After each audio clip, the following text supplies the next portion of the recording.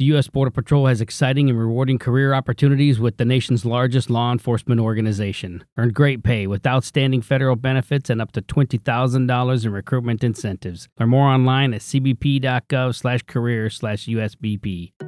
This is Climate Justice Y'all, a podcast dedicated to lifting up and centering the climate and environmental justice movement in the South. Despite the South being the most biodiverse, diverse, and one of the largest economic engines in the world, we are underfunded and often barred from the decision-making table.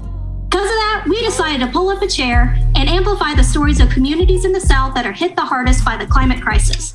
We're using good old-fashioned storytelling to shine a spotlight on these Southern leaders from all walks of life, putting in their blood, sweat, and tears to transform the region. The usage of y'all in the title is on purpose. We are honoring our Southern heritage of creativity, resilience, and ingenuity.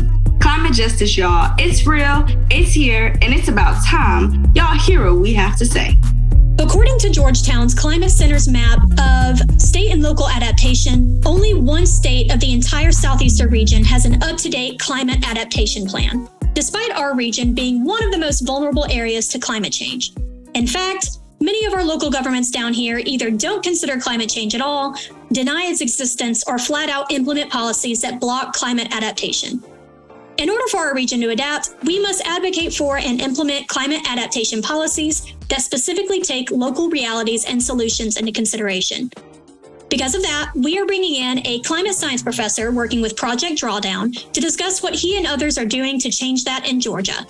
Climate justice, y'all. It's real, it's here, and it's about time. We listen to folks like Dr. Jairo Garcia. All right, let's get started with the show. Hi, Dr. Garcia. It's nice to finally meet you. We're just going to start the show off with you introducing yourself and the groups that you work with. Yes, Marisha, right? Yes. Marisha, thank you so much for the invitation. I'm so happy to podcast in this great program of SEND, the CJY program. So thank you so much for the invitation. So again, my name is Dr. Jairo Garcia. I work on climate mitigation and resiliency, specifically for in urban areas. I'm the former director of climate policies with the City of Atlanta. And I do research and teach classes at the Georgia Institute of Technology at Johns Hopkins University in the areas of climate change, urban planning, sustainable cities. I am also the co-chair of the SEND working group, so I'm happy to be here. Thank you, Dr. Jairo Garcia. And yeah, I mean, not only do you do this work from the advocate side with your work with groups like SEND and everything, but you do this on the academic side as well through the multiple universities that you teach with. And that, I think that element right there is missing in a lot of conversations, is basically how does academic tie into this? So thank you for that. So when we think of climate solutions or like adapting to climate change or anything like that, because today's episode is about local and state climate solutions and basically what they are, what the possibilities are, what they could mean for the South. But the thing is, most people, when they think of climate solutions, they think of it at the national level only. But you and I both know that local and state level solutions are just as important, if not more important, in my opinion. Could you tell us more about the work that you do with like Drawdown Georgia and just tell us about that kind of work. Introduce us to the field of local climate solutions and the work you're doing in Georgia. Hello, Abigail. Thank you too for inviting me to this podcast. So first of all, about the academia, how we can involve the academia. So, when I went to school, the academia used to be like a big wall with the community, where the universities, for people go to the university completely separated from what was happening outside the campuses. We see here, for instance, here in Georgia Tech. Georgia Tech was the academia, and around Georgia Tech were people, are in a very daring conditions because there was no connection. But I truly believe that now there is a more conscious, at least what I have seen in many universities, that the university cannot trying to solve universal problems where the communities are in a really bad shape, that they need to address first where the communities they are located on and fix those issues right there. You know, I know universities that for instance, provide programs in environmental sciences and all those kind of things. And the creek that is going through the university is totally polluted. You know, MIT, for instance, an example, were used to dump all the chemicals to the Charles River. But I do believe that mentality is changing. And then university, at least universities that are respectful and universities that needs to have good ranking in order to recruit good students are those ones that are connecting with the community. And there are good programs at Georgia Tech as well as at Johns Hopkins University that work directly with the community that they are on. And one of those programs is the Drawdown Georgia program that you just mentioned, and I'm going to talk in a second. But let's talk also as a second step about local and regional solutions to climate change. It is true. There are many things that we can address at the local level and the state level. There are many things that we need to solve. All the legislations that we can implement at local level, they produce a tremendous impact in the populations in those communities. It's the direct contact. You know, when we develop policies in cities and or at regional level that address many cities to solve a problem of the community, is right there that we are fixing the problem. So the solutions are right there. You are absolutely right with that. Solutions are local. However, there has to be also a top-down approach from the federal government, because there is certain limit that cities and states can have, that they are limited for to do what they want to implement. For instance, we all know that most of the money that is coming from roads are coming from the Department of Transportation. The federal government gives money to municipalities to build roads. So if there is not a good policies in the way in how the federal government gives the money to these municipalities, you're going to have the same problem. So for instance, here in Atlanta, they want to build more roads, and we know there are data that shows specific data and scientific studies that shows that more roads don't produce any congestion relief. It gives you a little breathe for 1 or 2 months, but as soon as people realize that they can drive the road is going to be as congested and even worse than before, because there are going to be more cars.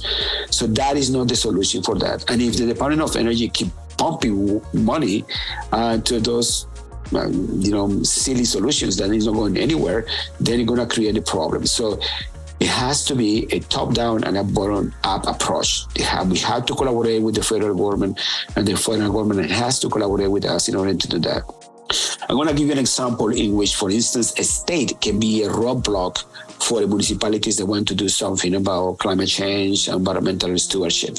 For instance, here in Atlanta, we were talking about trying to ban new constructions for deploying gas pipelines. Why? Because there are studies that shows the gas produces enormous public health issues.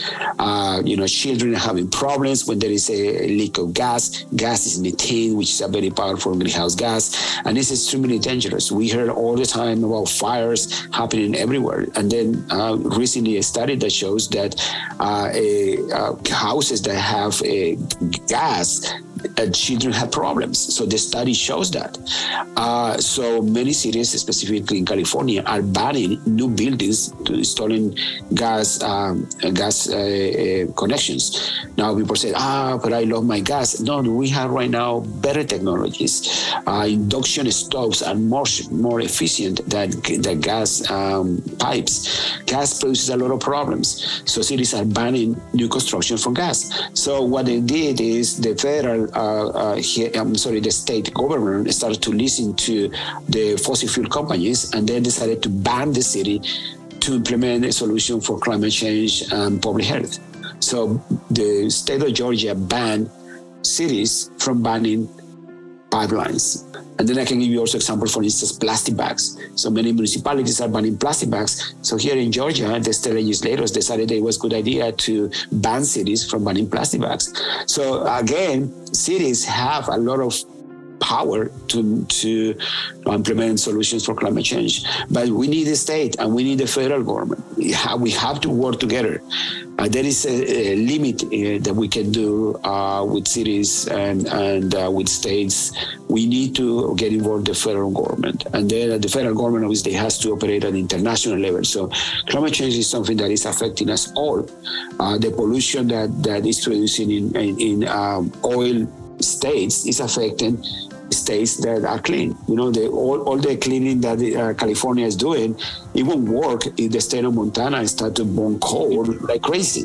So we need the federal government to help us in address climate change. It doesn't mean that the federal government is going to do everything, because again, I mentioned the power that local communities have in order to do that. So we need a bottom-up and top-down approach. We need everybody to work on that. Now, let's talk about Drawdown Georgia. So that was a local solution. It was a state solution. Yeah. Sorry, Jairo. Hold on. Let me make sure, because sometimes for our listeners' sake, you covered a lot of huge topics very quickly. So let me slow down and think. So what you were saying is that when it comes down to it, yes, like most people are thinking of climate solutions only on the national level. And I brought up the point that local and state solutions are very important. And you came in with a point that said, we need coordination on all three fronts so they don't end up doing obstacles for each other or blocking each other. And am I hearing that correctly? Correctly. Gotcha. Okay. And the other point that I want to mention is that the big money is coming from the federal government. Gotcha. Huge money. Those are the ones that have the money. If you want to build a street, for instance, a complete streets with bike lanes, etc., has to come from the Department of Transportation. The state don't even give you money. They give you the money. So you want to do anything really good in your municipality, you have to have the support from the state and from the federal government. There is nothing that the city can do by itself in this planet. Nothing. Oh, wow. We need the federal government in order to help give you the hand. Yes, absolutely. Okay. I didn't realize that. I mean, this just shows my ignorance right here. And I consider myself someone very steeped in this. And before you talk about Drawdown Georgia, because, you know, like I said, we're focused on solutions, but we have to address the problems too. And so I didn't even consider that cities and towns and municipalities have to get permission from the state and then the federal government as well to even adapt the way that they are proposing to adapt. Is that correct? It's no permission, but it's the money. It's the money. It's the small money. Municipality cannot do much. Big cities like, for instance, Atlanta might be able to do something. I know even that. Some roads inside the city of Atlanta belong to the state. So like, for instance, I live close to Peachtree. Peachtree is one of the most, important streets in the city of Atlanta. And we wanted to put bike lanes. And the problem is the Peachtree is considered a state lane. So we couldn't have anything without asking the state to allow us to do that. And they say, no, in certain sections, you cannot do that. So right now I had to ride my bike in the middle of the road because we couldn't put some bike lanes there because the street belongs to the state. And then at the federal level, obviously, we're working with the interstate system. So again, we have to work all together.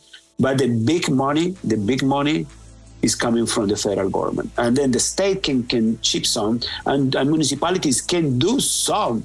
But in order to do something big, substantial, we need to have the support of the federal government. Absolutely. Yeah. Gotcha. That makes a lot of sense. But yeah, what about Drawdown Georgia? What are y'all doing and what is it? Because I know Drawdown isn't it like it's a big initiative across the country, right? Yes. Okay. Let's start with Drawdown. So Drawdown, the project Drawdown was a project that it was created by this scientist. His name is Paul Hawkins. And Paul Hawkins thought that we don't need to invent anything to address climate change. We don't need to invent anything. When we talk about geoengineering and we're talking about, carbon capture, all those kind of things. No, we can, whatever we have right now, today, we can fix climate change. The thing is that we need to scale up those solutions.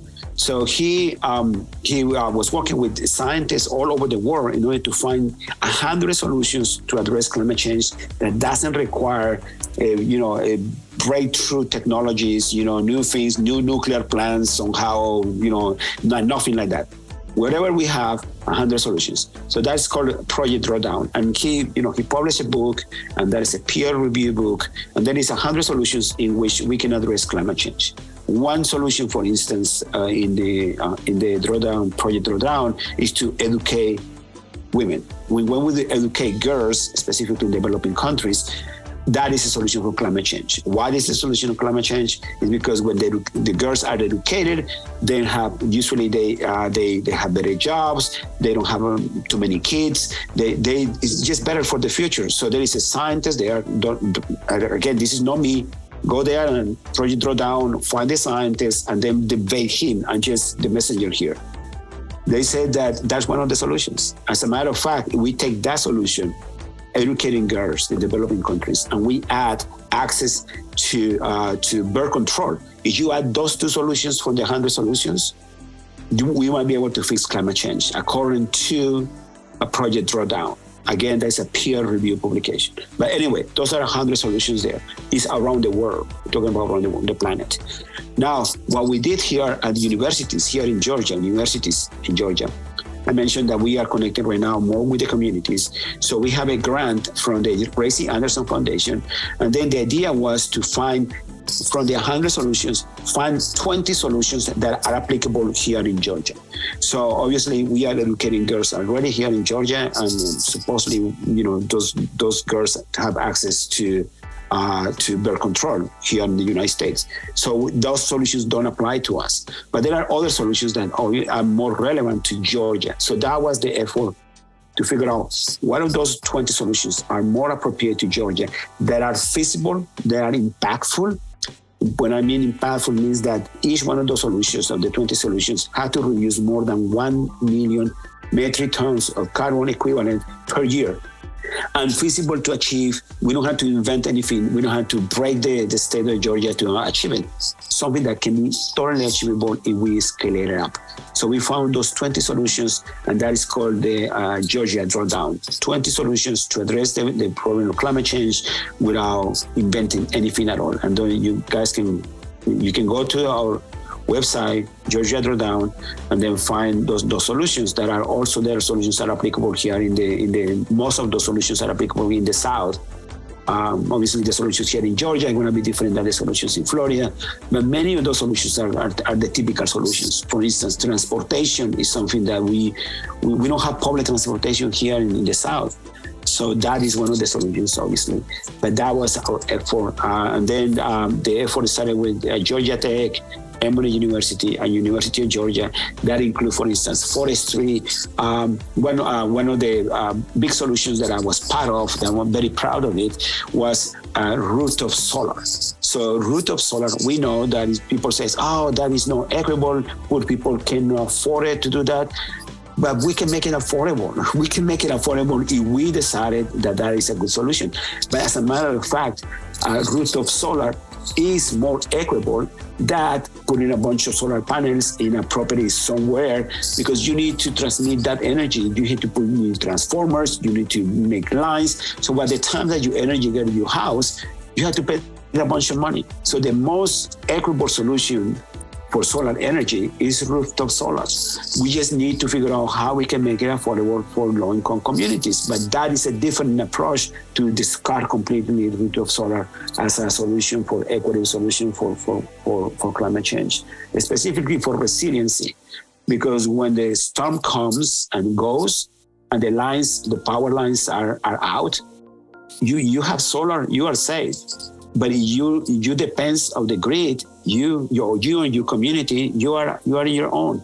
We have a big storm yesterday, right? Here in the South, more than 100,000 people are without electricity.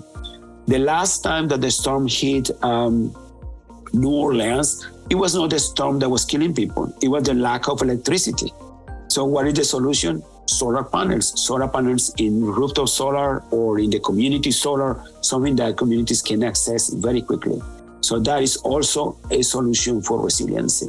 So Doc, Yes. You're saying that y'all are just taking solutions that are already there. Y'all not inventing anything new. Y'all not trying to make up a new make up a new equation or anything like that. You're just taking solutions that are already there and y'all are just scaling them. Correct. Exactly. That's what the Drawdown Journey project is. Exactly right. Wow. That's dope. I mean, and even the things that y'all are doing with the girls and teaching them and just acknowledging that the solutions are already there within the community. We just have to give them the resources, give them the tools. That's so dope. I love that. I really do.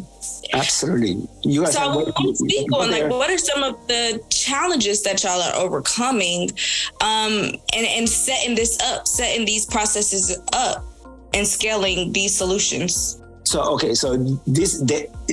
again, I mentioned we had the solutions for climate change. We could have fixed climate change 50 years ago. Why we don't fix climate change? We know why. The reason is that there are just a few people that are making billions of dollars in fossil fuels. Billions. There was a study that shows that just one company, you take BP, British Petroleum Company, you take BP, right? The earnings, the money that they make last year, with that money, you can be paying a person who was born at the time of Jesus Christ every day, $50,000 every single day. Since that person, at the time of Jesus Christ until now, every single day giving him $50,000. And that is the amount of money that BP did in 1 year. Now, if you ask ExxonMobil and Anoco and all those oil companies, imagine the massive amount of dollars that those people make. Imagine, it's just so astronomical that it's just disturbing. And in those people, instead of doing good, they decided to do bad. What they do, they give money to politicians. And unfortunately, politicians are, I don't know at this moment any politician that is just. It's always about money. It's always about money because they are thinking about the next campaign. They are thinking about the next thing. They are thinking about that. So they receive money from those companies. So those people don't want to do anything and do any obstacle possible to address the problem of climate change. And they are doing it very successful.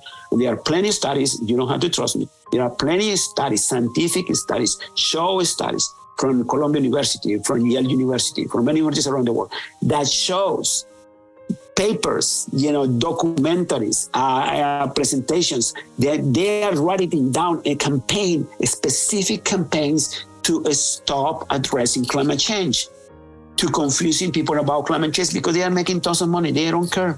So the biggest obstacle that we have, specifically here in the South, is that people don't think that climate change is an issue. Even though they are seeing it through the window, through the TV, they are seeing people are dying. But it's because they are influenced by those massive amount of misinformation, and they believe that they don't trust their own eyes. They prefer to believe this corrupted politician instead of common sense looking through the window. So the biggest challenge here in the South is that politicians and decision makers are not taking climate change seriously. And even those, and then there are two types, the completely deniers, which right now, you cannot deny it anymore because it's so evident, right? They are just a few, but they are just lower and lower. So they changed the topic. Now they accepted the reality of climate change, but they don't want to do anything about it. They don't do it. They're trying to avoid the hard conversations. They're trying to avoid the solutions. They don't want to talk about it because they believe that they're going to be affected politically by the party, that is well funded by the fossil fuel industry. So we have zero leadership in the South. I don't see anybody with the leadership here in the South to address the climate change. So we have a big issue here. If nobody of the leaders are serious about climate change, how communities are expecting to do that? How we can, what are the tools of communities to do something about climate change if the mayor of or the city council members don't take climate change seriously? And this is the thing that just kills me. Like they said, we do have other priorities. we do have another priorities. Are you telling that the person who lost their house because the storm, because the flood that they have, because the tornado that destroyed their houses, tornado is moving east. Are you telling me that the person who lost everything has other priorities? Can you tell me what other priority this person has? But they don't care. They believe that it's not.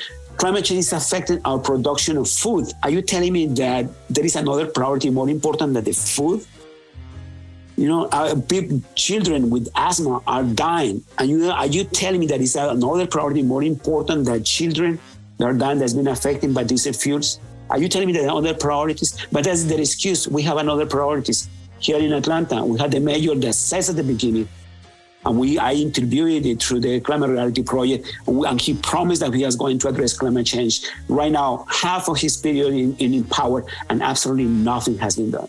It's because it's just blah, blah, blah, yes, just to everybody's happy. But when it's just to the time that just get there, I have another priorities. So climate change is a legacy. Whatever we are doing with our hands. Whatever we are doing the minimum that we can, but we are not doing enough. And then we are emitting today more carbon emissions than we had done in the entire history of humankind.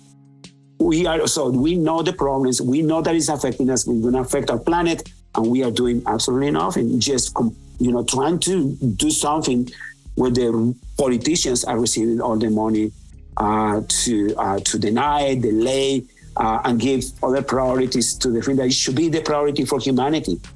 This is a humanity issue. This is going to affect us all. But there is no priority. There is no priority. Go there to any council member in any city in the South, even Florida, that is getting flooded all the time. Go there and tell them that you have to deploy solar panels. Maybe no. We can do it in the next 40, 50 years. Why you don't do it now? You can do it now. But no, then there is no priority in the South. So that's the biggest struggle that we have here in the Southeast. Obviously, this is not the only place. In many places. But there are people that are serious. If you go to Northern Europe, there are no climate change deniers. They are moving ahead. They are deploying solar panels like crazy. They are moving to a fossil fuel economy very quickly. People have the culture of riding bikes. And they are healthier. They are healthy by themselves. They are healthy for the environment. They are healthy for the kids, healthy for the cities. They eat better. They are doing things. So we see that countries are doing things, but not different here in the United States. Why? Because the fossil fuel is just too powerful. It's too powerful, period. Well, that touches directly on, because we are working against big money, big fossil fuel money, politicians who don't have a personal interest to make the massive transformations that need to happen, because generally their job is to kind of keep the status quo. But if the status quo is actively harming people, then that's different. But what can communities do to advocate for climate solutions? Like, what can local people, what can folks do to alleviate this or anything? Like, what can be done to overcome these challenges, and how can communities advocate for solutions? Because I'll just start going off, but I would love to hear your insight about that. Yeah, I mean, communities, we have to do what we know what to do. One is educate, the other one organize, and the other one is mobilize. Nothing, absolutely nothing in this country or in the world has been given for free or has been given just because it's a good idea. Never. It's always a struggle to change the status quo. From women, the right to vote, it was okay, you know what? Women deserve to vote. No, it never happened like that. Women had to go out of the streets and demand it and go there and lobby and push it and push it and push it and push it and push it until you got it. That was the way you got it. Yeah, I love hearing a professor do that. Anyway, I love hearing a professor just call something bullshit because it is. But anyway, continue, Jairo. Yeah, you got it. You had to go there and get for it. It's like, we freed the slaves in, the last century, but we have spent other kinds of slavery to the entire century, to this 20th century, through discrimination, with the civil rights movement. So it was not the freedom of the people that was given, oh, you know what, the civil rights, here it is. Can you have it? No, it never happened. Has to struggle and struggle and struggle and struggle and go there. People get killed, people get beaten and fight and fight and fight and fight. And we finally, even though we don't get it completely now, but at least I'm able to teach classes at Georgia Tech. Before, only white people were able to teach classes at Georgia Tech. I'm still, even though we are 50 years after the civil rights movements, I'm still being discriminated. I don't want to say where, but I feel like being discriminated. And the options that I supposed to have as a right because my capacity and my education and my training is given to other people because the color of the skin. I see that. After 50 years. So it's a struggle. It still is a struggle. It's a struggle for women to have the same pay as a man for the same job. It's like, wow, this is so incredible just. Why we don't have it? You see that it's a struggle. It's always a struggle. The reason you go through the window, hopefully you have a blue sky. The reason you can see the blue sky is it was not free. It was not because, you know what, we're going to clean the air. That never happened. In the 1970s, 20 million Americans went to the streets. They were tired. They were sick. It was that is enough. That is enough. It was not free. It was 20 million Americans going to the street. The 22nd of April in 1970, 20 million Americans went to the street to demand action on clean air and clean water. We demanded it. The people of America demanded that. And we got it. We had the EPA. We found the EPA. Now we can see the sky.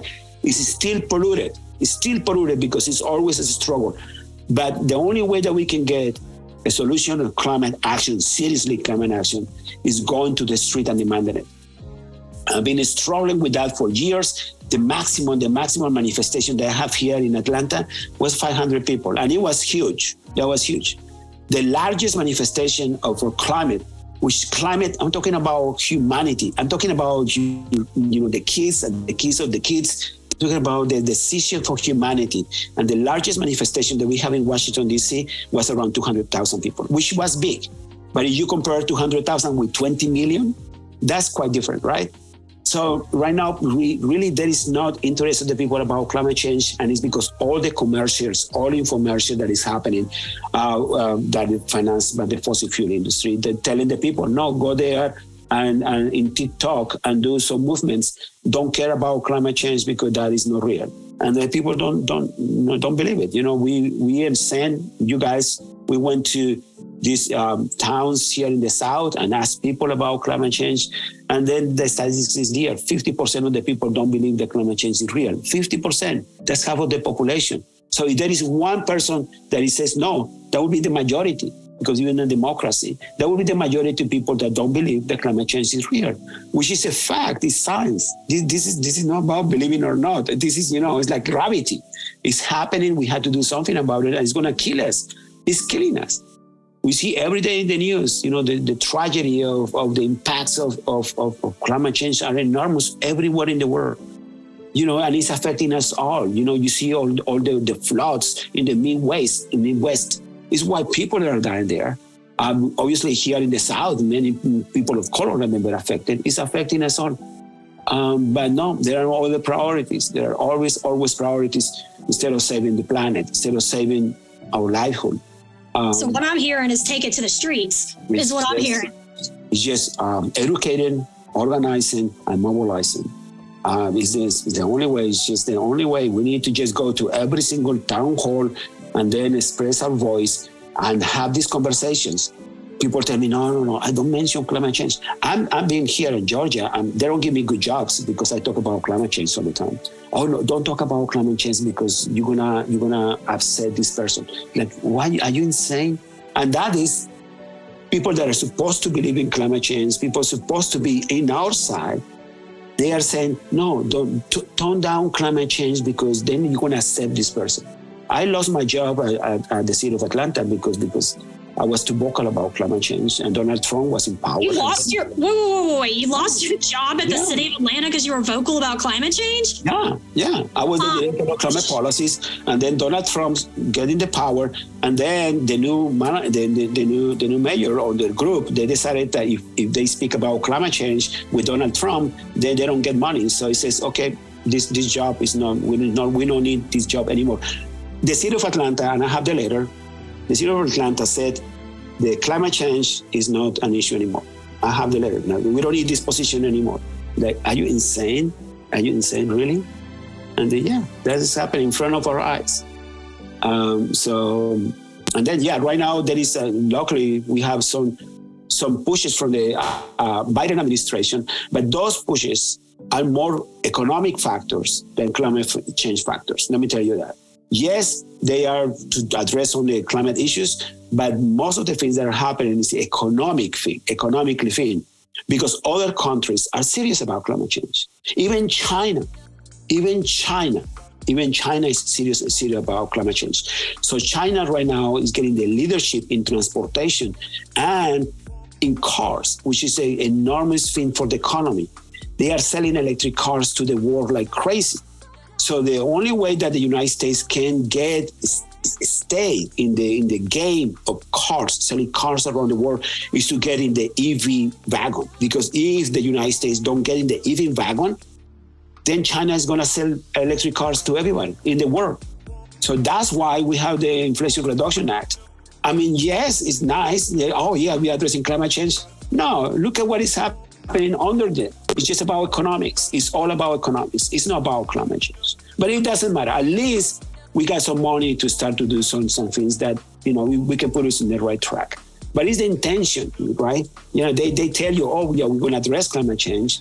No, it's just all economics. Because inside that package, and we know pretty much, there are packages that are a lot of concessions to the fossil fuel industry. We know that. So no, it's about electric vehicles, yes, because we need to catch up with China. It's about solar panels, yes, because we need to catch up with China, which is the largest producer of solar panels in the world. So everybody in the world is going to buy from China. So it's about competitive. But it's really, if you look at the bottom of the things, it's not about climate change. It's not about climate change.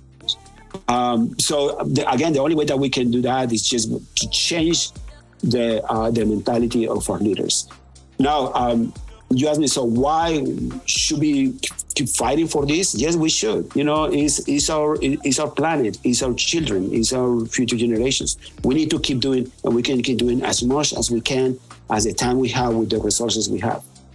The new generations, though, and that's the thing that gives me hope, the new generations have another mentality. Even the most conservative of my students understand that climate change is real, understands that we need to change our ways, understand that we are in the wrong track. So hopefully it's a generational thing, like smoking, Hopefully it's a generational thing that the new generations take over, but they don't have a lot of time. And it's not me saying it, it's the scientific community. If we don't address this issue of climate change very quickly, it's going to be really bad. It's going to be extremely bad. This summer is going to be one of the worst summers in history. Why I know that is not me saying it, it's the scientists, because the oceans, they didn't have enough time to cool off last year. So the oceans are at higher temperature than ever. So they expect, because the temperature of the oceans are so high, that the hurricanes and tornadoes and all those kind of disasters are going to be more intense. And we are feeling it. Right now, there are people in Texas with 117 degrees. You guys are watching the news? It's not me saying it. It's there in the news. People are dying in Texas because it's 117 degrees. And this is just, we are almost July, but it's still, August needs to come, and August is hot. Think about the temperatures and then there. So people are dying, right? But anyway, so the future generations is our hope. I hope that they take seriously this issue of climate change and move forward with the solutions that we need to. So let's keep our hope in the new generations. Let's keep the conversation going. We need to talk about climate change all the time, because it's affecting our food, it's affecting our livelihood, our houses, our jobs. It's affecting us all. We need to talk about that. All right, Doc. I mean, to me, you pretty much answered the last question, but I'm going to throw it back out there at you, and I'm going to see if you can come up with a little something new. Throughout your journey,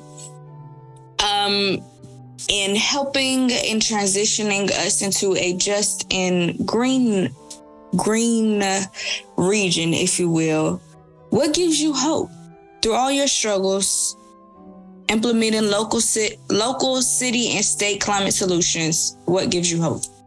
Yes, and as I mentioned, it's the new generations. I mean, I teach thousands of students every year, so they are the ones that are like you guys. You are young generation that I'm very. You motivate me to keep doing this job because I give up in my generation. I give up. There are two types of people in my generation: the deniers and the cowards. Because people of my age, they are afraid to talk about climate change. Most of us are afraid. People of my age, and it's like, why do we want to talk about climate change? Oh, we don't want to affect the Republican Party. What would they? They are cowards. They're cowards. And we need people with brave. Like the civil rights movements or the movements for women to vote. We need brave people to move forward this movement. We have some young generations. We know, Greta Thunberg and all the movement that she started it. But the new generations is the one that it gives me hope. I was a few minutes ago in a conference with some kids in DC. When I say kids, for me, every person younger than 30 years old is a kid. I'm too old now. But they are extremely educated.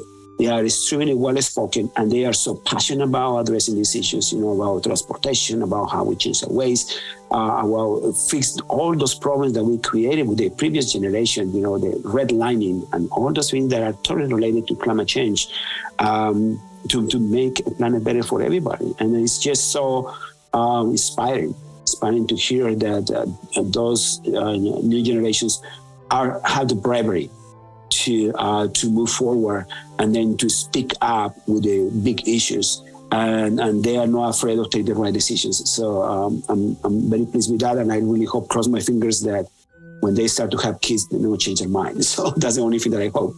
I hope not, because their kids are going to be affected. They are already being affected, right? So let's hope that the future generations fix this problem, because it has to be fixed. It has to be fixed. If the humans keep emitting the amount of carbon emissions, there won't be planet as we know it by the year 2100. Hey, if it's any consolation, give us the wheel. Give us the wheel and we'll drive. Yeah. So really, there are many classes right now that they are offering. My classes are always full about climate change because they are very interested in doing that. I teach a class here at Georgia Tech that is about the carbon reduction challenge. And those students go there and work with companies to help them reduce carbon emissions. Because again, the old generations are just too, it's too old. They're too old to think differently. So the thing is, we need to address climate change.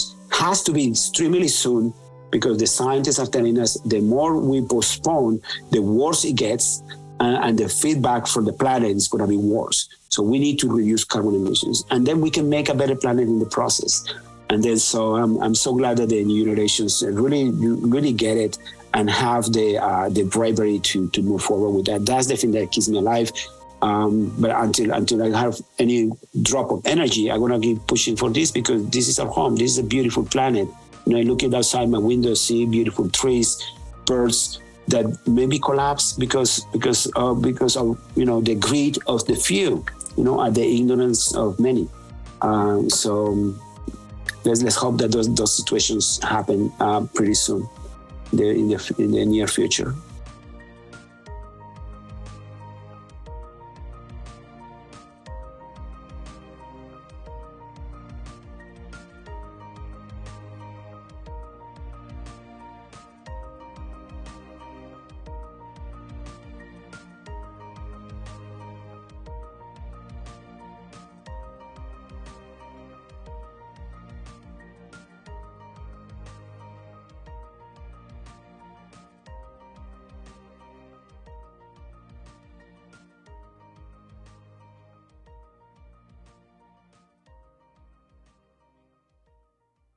The United States Border Patrol has exciting and rewarding career opportunities with the nation's largest law enforcement organization. Border Patrol agents enjoy great pay, outstanding federal benefits, and up to $20,000 in recruitment incentives for newly appointed agents. If you are looking for a way to serve something greater than yourself, consider the United States Border Patrol.